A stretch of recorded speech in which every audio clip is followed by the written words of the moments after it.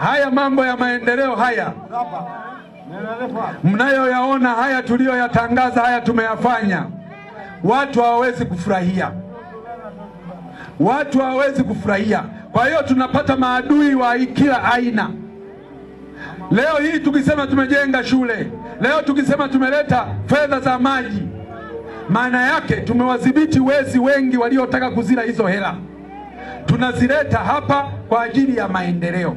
Kwa hiyo mtakapoona tunapambana nao wengine, Mpina mkorofi, Mpina anagombana na serikali, Mpina anagombana na chama, Mpina anagombana na nini, hayo mambo hayo. Hivi wewe leo hii mtu anaweza kugombana na serikali? Ukigombana na serikali, maana yake umevunja katiba ya Jamhuri ya Muungano wa Tanzania. Kitendo cha Mpina mpaka leo hajakamatwa wala kuwekwa ndani, maana yake hakuna katiba yoyote iliyovunjwa, hakuna sheria yoyote iliyovunjwa. Lakini unasema Mpina amegombana na CCM. Hivi CCM unaweza kugombana nayo alafu wakakuacha tu? Si wangekuwa wamenifukuza? CCM inasimamiwa kwa katiba kwa katiba zake na kanuni zake. Ukiikosea utafukuzwa. Kitendo cha mpaka leo Mpina yupo na anaendelea kushauri vizuri serikali, maana yake ni kwamba anafanya vizuri. Na mimi wananchi wa kata hii ya Mbugabanya nataka niwaambie kwamba kati ya wabunge katika Jamhuri ya Muungano wa Tanzania ambaye amevunja rekodi ya utendaji wa kazi ni mbunge wenu wa jimbo la Kisesa. Rekodi nyingi zimefanyika. Kwa hiyo hawa wanaozungumza maneno ya pale, maneno ya hivi, ni watu ambao wamekosa sera, wamekosa mipango.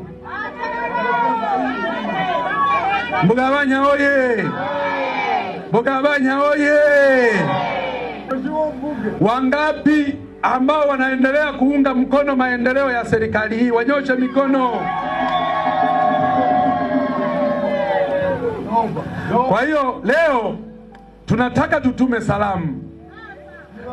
tutume salamu hivi ya kwamba tutaendelea kupigania maendeleo yenu bila kumwogopa mtu yoyote.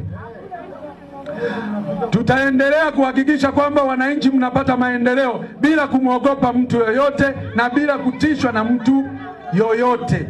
Na katika jukumu la kupigania maendeleo haya hatutarudi nyuma. Hatutarudi wapi?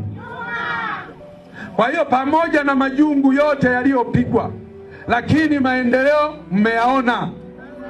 Watu wengine walikuwa nadhani, mara wanasema Mpina sijui kitu gani. Hivi nyinyi mnataka mbunge ambaye aende kuungana na watu wanaowaonea?